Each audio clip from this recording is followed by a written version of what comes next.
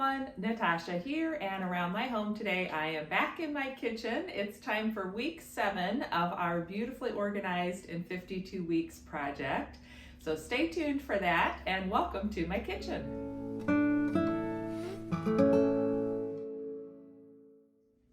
Welcome back, or welcome if you are new. So this year I started a project where I'm using a card from the Beautifully Organized in 52 Weeks card deck by Nikki Boyd each Friday. And so today we're on to week number 7, and the card talks all about going through our pantry. Now I have gone through my pantry twice as like a major overhaul in the last maybe 5 or 6 years, where I've taken everything out of the pantry, wiped down all the shelves, sort of purged all the expired products, and really thought about where I wanted things to go and how things were organized. And that is one way that you can do your pantry. That's how the card suggests, is to empty everything out, check expiration dates, clean it all up, and then work on organizing things by their use and their type, and also who needs to access them.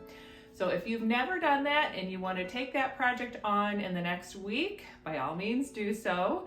Today, however, I'm looking for something a little bit smaller.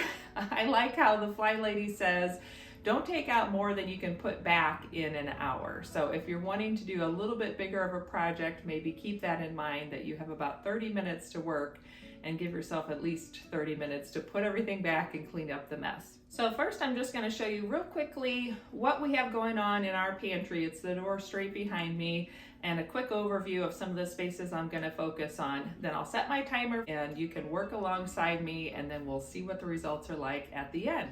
So here is my pantry just to the left of the stove area, and it's the original pantry that came with our house, so it's 100 years old. There's been some updates and modifications over the years, but I keep my aprons here, and I also keep our broom there, so that should be fine. Then just a very quick overview. These original wooden shelves are pretty sturdy. I have our lunch bags here at the top, and then up above is just some of our lightweight, seldom used storage items. This bin holds our sprinkles and cake decorating supplies. Because this is a pretty sturdy shelf, I have all my cookbooks up there. Then this second shelf is sort of my baking shelf and supplies shelf. So I have all my flours and sugars and chocolate chips and baking supplies on the right. In the back is where I keep oils and vinegars and things like cornstarch, that's coconut oil, some box cake mixes, things like that. Then this shelf is, it's supposed to be pasta, but we've also kind of had an influx of a lot of snacky things. So there's nuts and dried fruits, some of our syrups are there, and then it kind of goes into our spices over on this side. And I have those organized alphabetically. And just real quickly, my little system for spices that I've developed is I just have used some of these removable chalkboard labels, and I cut them down into these little strips, and all I do is turn the container sideways, and that way I can make any container look like it matches, but I still have all the information on there. And when that one runs out, I just peel off the label and stick it on the new one. So it gives me some uniformity, but it's not a very complicated system to set up.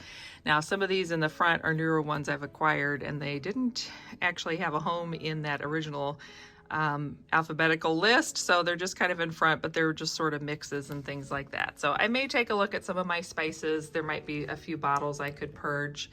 Then this shelf here has some mixing bowls and snacks, and my hand mixer in the back, like my immersion blender. This is our little bread bin, and we keep chips in that tray up there, which if I'm taking cupcakes or something to an event, then that's the storage tray that I use for those. We have some baking supplies on that shelf there, and mixing bowls, and my bigger shredder, and then these are some more different size mixing bowls, and then we just keep our cereals here. So I may see if I can just replenish what we have. I have a little bit of back stock under my microwave, and I might try to find a jar to get this box cereal into. Then down on the bottom shelf, I have our grill and waffle maker. It has reversible plates. This is where we keep the blender and the extra pitcher. There's also some, I'm looking at this and seeing these are some cookie cutters, which I need to see if those are seasonal or everyday. And then this is where I keep some of my heavier, larger appliances like my slow cookers, my rice cooker, and then I usually put my electric kettle here when I'm not using it, but I just made some tea, so that's still there. And obviously we have a funnel that just lives in that back section. Then we have a couple of baskets here. So I know for sure this one I want to go through because I'm not even sure what's in there. And I'd like to get my onions off the floor and into one of these baskets. And we just kind of have snacks and like quick, easy to grab things here. My 2 stand mixers live here, and any of our extra coffee carafes are on the floor along with my bread machine. And then I keep my fire extinguisher back there. This is just a little case where we keep our extra keys. And then we have the distilled water that I use for my diffuser whenever I'm putting some of my Jordan essential oils in there.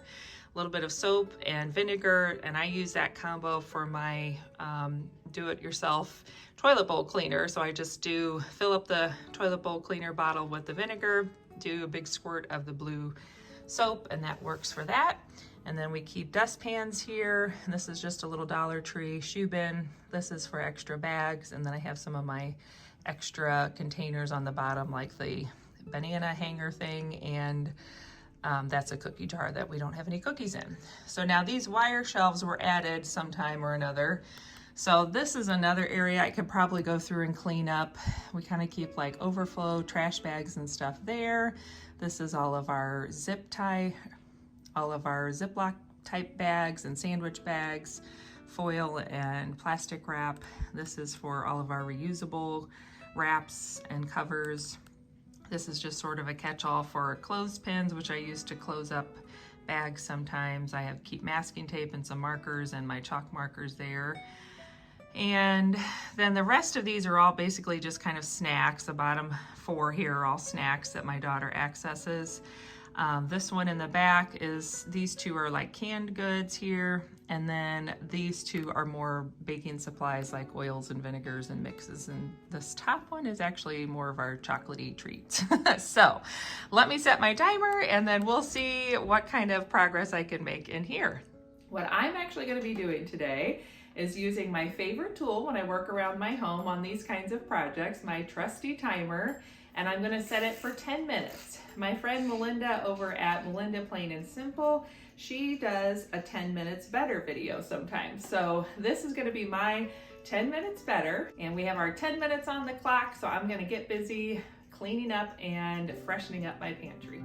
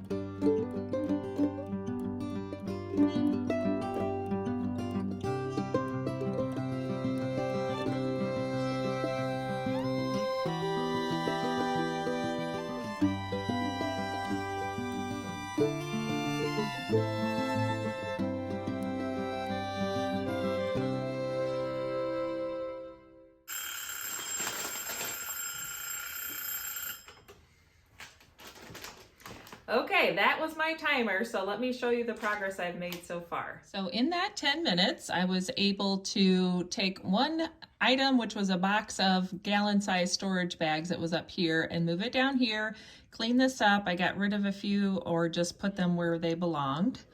Did the same thing on this shelf, just tidied it up. And down here, I decided to get rid of what I was keeping there, which were different little tools we were trying to use when my daughter was a lot younger as ways to make it fun to do chores. So now all I have is this little bin for markers, our masking tape, and our chalk markers, which the chalk markers are supposed to be stored flat, so that's why I have those laid there. Then I have this little plastic bin for all of our clothespins and chip clips, so that's been cleaned up and is much more functional now. Then this shelf is all of our dried goods and snacks, so there's nuts and some dried fruits like cranberries there. And then I cleaned up this shelf as well and got rid of some old candy and stuff that we didn't need. So now there's just this one little bin of some of the newer candy that she's gotten lately, like at Valentine's parties and stuff. This is some little smoothie packs to go, and then these are just some cookies to go.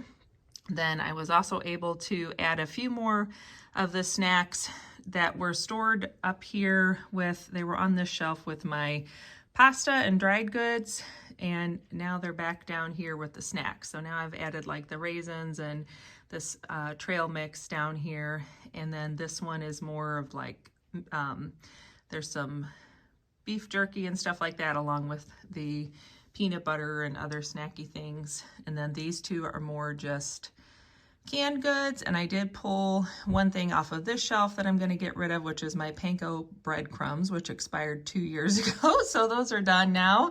I didn't really have time to get to the candy shelf, but I feel like just in that 10 minutes, this whole side is feeling much better, and I can do another 10 minutes and probably get this whole side and get this floor stuff cleaned up. So in 10 minutes time, I got a lot done.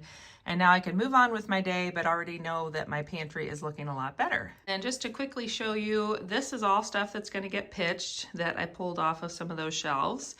This is stuff I'm going to donate because I don't think we need it anymore. This just needs to get relocated to the sprinkles. These are the things I was talking about. They were like different, not the bubbles. The bubbles will just go down with our summer stuff, but these were different things I was using as a way to, try to make it fun to do chores. And then this is just a few things I'm going to recycle. So I got quite a bit out of the pantry, and it's definitely not Pinterest worthy, but looking a lot better. So thanks for joining me on another episode of Beautifully Organized in 52 Weeks. I will have the card deck and Nikki Boyd's channel linked down below. It's called At Home with Nikki, and she is so inspiring. She does such beautiful organizational spaces. So let's put our card to the back of our card deck for week 7, and then we will be ready for next week for week 8. So let me know in the comments down below if you were able to get some progress made on your pantry, or if maybe a little bit later this week you're going to do one big project and really reorganize your pantry. If you wanted to do 10 minutes every day for the next week and just focus on different parts of your pantry, you could do it that way. You decide what works for you in this next week as we work on cleaning up and organizing our pantries. I'm feeling much better having that much done already, and I think in the next several days, just as I'm working in the kitchen, I can take time and hop in there and clean up 1 or 2 more shelves as I'm, waiting for a pot of water to boil for pasta or whatnot. So it's good to make progress in baby steps if that's what works for you, or in big giant leaps if that's the way that you like to work. Thanks for joining me. Don't forget to subscribe and hit that like button down below, and I will look forward to seeing you again soon. Have a good one. Bye.